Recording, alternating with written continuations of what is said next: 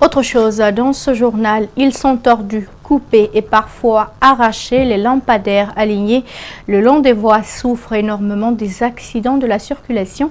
Ce jeudi même, un autre a été arraché par un engin à Anko 5 sur la route Le Prince. Le pire, c'est que ce poteau ne sera pas remplacé ou reparé. Le chauffeur mis en cause non plus ne sera contraint de payer une amende. Les lampadaires victimes des chauffeurs, c'est un reportage de Mamadou Saliouba et de Tierno Sadouba. Un bus de transport urbain accidenté, stoppé par un lampadaire. La photo est prise le 27 septembre 2018 à 22h36 entre Matoto et Sangoya sur l'autoroute Fidel Castro. 7 mois plus tard, nous voici sur les lieux de l'accident. Le lampadaire, tordu, n'a pas été réparé, remplacé ou encore même débarrassé de la circulation. Tout comme à Anko 5, où un autre vient de tomber, arraché par un engin. Si ils ne prennent pas d'autres mesures d'ici la soirée, vers la nuit, il y aura forcément des accidents. Parce que là où il est exposé, c'est un endroit très dangereux. Toutes les voies sont pratiquement concernées. À Anta, à l'Ansanaya Barrage ou encore au kilomètre 36, partout des poteaux sont heurtés.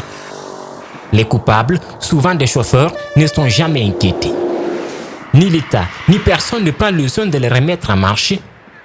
Les lampadaires sont une proie idéale dans la circulation.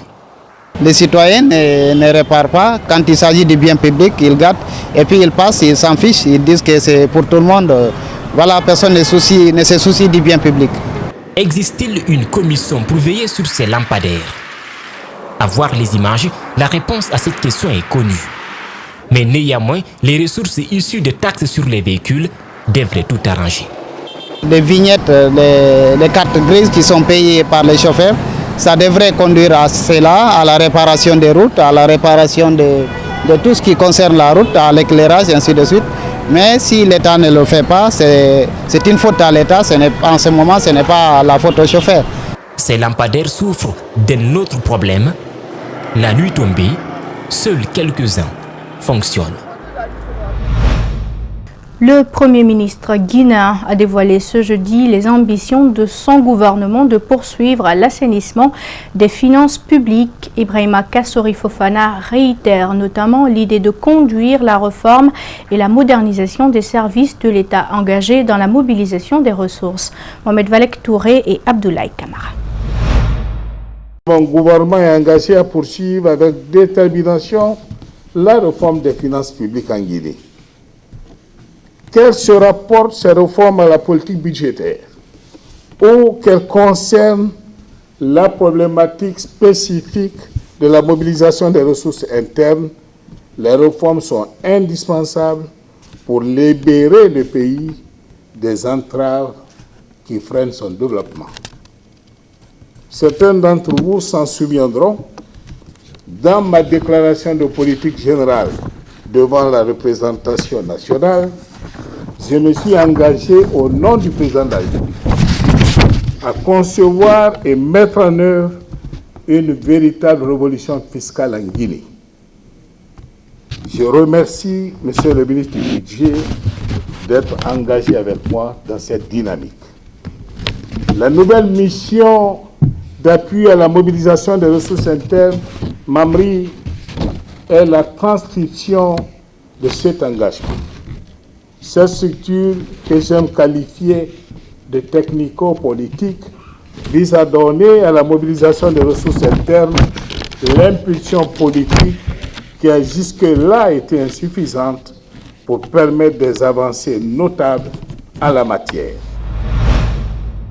En région, une mission de la Banque africaine de développement composée d'une agroéconomiste, d'un spécialiste en sauvegarde environnementale et d'un ingénieur en infrastructure rurale vient de boucler son séjour à Bokeh. Cette équipe pluridisciplinaire a pour mission d'évaluer le programme de développement des zones de transformation agroalimentaire de Bokeh et de Kankan. Fodé Omar Kamara, Salifouli Fossissé. Après Cancan, la préfecture de Bouquet a constitué la deuxième étape de la mission de la Banque africaine de développement. Pendant 2 jours, cette mission composée d'experts en sauvegarde environnementale a rencontré et échangé avec les représentants de l'État et les producteurs de Bouquet. En se mettant en rapport avec les partenaires terrain, c'est-à-dire les techniciens de l'agriculture, du domaine de développement rural, et pour trouver les sites appropriés, pour sensibiliser donc ces techniciens à s'approprier du contenu de ce projet. Voilà pourquoi nous sommes là. On les a accueillis hier. La première rencontre a été faite hier et aujourd'hui on est sur le terrain pour visiter ces sites. À la fin des visites de terrain de Cancan et de Bouquet, les initiateurs de ce projet veulent voir émerger une centaine d'unités agro-industrielles au sein des agroparcs de Cancan et de Bouquet dans les 5 années à venir. La mission est là pour essayer de faire la formulation finale du projet et donc de confirmer l'ensemble des données des missions précédentes. En fait, on fait venir les grosses entreprises étrangères pour qu'elles puissent entraîner les entreprises nationales. Or, nous avons déjà des initiatives déjà là. Donc, que ce soit à Cancan ou à Bouquet, tout ce que nous avons vu en termes d'initiatives ne peuvent que nous satisfaire. L'implantation de ces usines agroparcs de moins de 1000 hectares doit être une offre de soulagement pour les populations de ces 2 préfectures. On a choisi la Haute-Guinée compte tenu de l'emplacement et des noyaux qui existent et de la grande production. Et deuxième, on a réussi vraiment à l'orienter vers Bouquet. Donc, c'est un sentiment de joie. C'est les privés qui seront appuyés et financés. Les agropoles, c'est quoi? Par exemple, on a l'anacarde ici. Les hindous et les chinois viennent acheter, tantôt le prix est bon, tantôt le prix est mauvais. Mais s'il y a une usine ici qui décortique pour envoyer partout sur tout le territoire, les prix ne baisseront pas. Après cette visite de terrain, les acteurs concernés par ce projet agro-industriel doivent tenir un atelier de consultation à Conakry à partir du 12 mars prochain. Et puis, la 11e édition des 72 heures du livre de Conakry débutera le 23 avril prochain. Ce grand rendez-vous littéraire se déroulera cette année sous le thème Livres et images. Les éditions L'Harmattan Guinée, organisatrices de l'événement, a annoncé les couleurs lors d'une réunion du comité d'organisation ce jeudi. Le compte-rendu est de Mohamed Damaro Camara et de Abou Koria Kouroum. La 11e édition des 72 heures du livre de Conakry notera la présence d'écrivains, d'auteurs, d'artistes, de photographes, de dessinateurs et réalisateurs d'Afrique, d'Europe, mais aussi des États-Unis. Le comité d'organisation par cette initiative nourrit une ambition bien grande, faire de Conakry la capitale africaine du livre.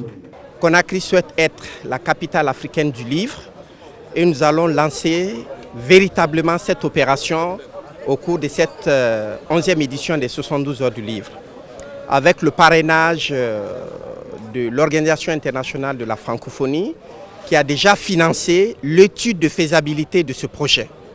Livres et images, c'est le thème retenu cette année avec le Mali, terre de la photographie et pays invité d'honneur. Le directeur général du comité d'organisation pense que c'est une autre occasion de propulser la Guinée et sa culture. C'est d'abord faire des belles images sur la Guinée.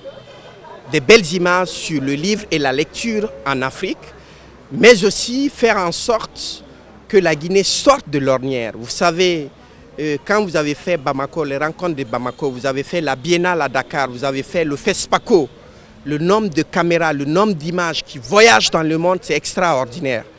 Donc on veut à travers les images, à travers l'ensemble de ces réalisateurs, faire passer en boucle les images de la Guinée un peu partout dans le monde. L'événement littéraire, comme les précédentes éditions, se déroulera autour de nombreuses animations, des expositions, ateliers, conférences, débats, des projections. Après Nzérikoré cette année, c'est Farana qui a été désigné ville invitée d'honneur.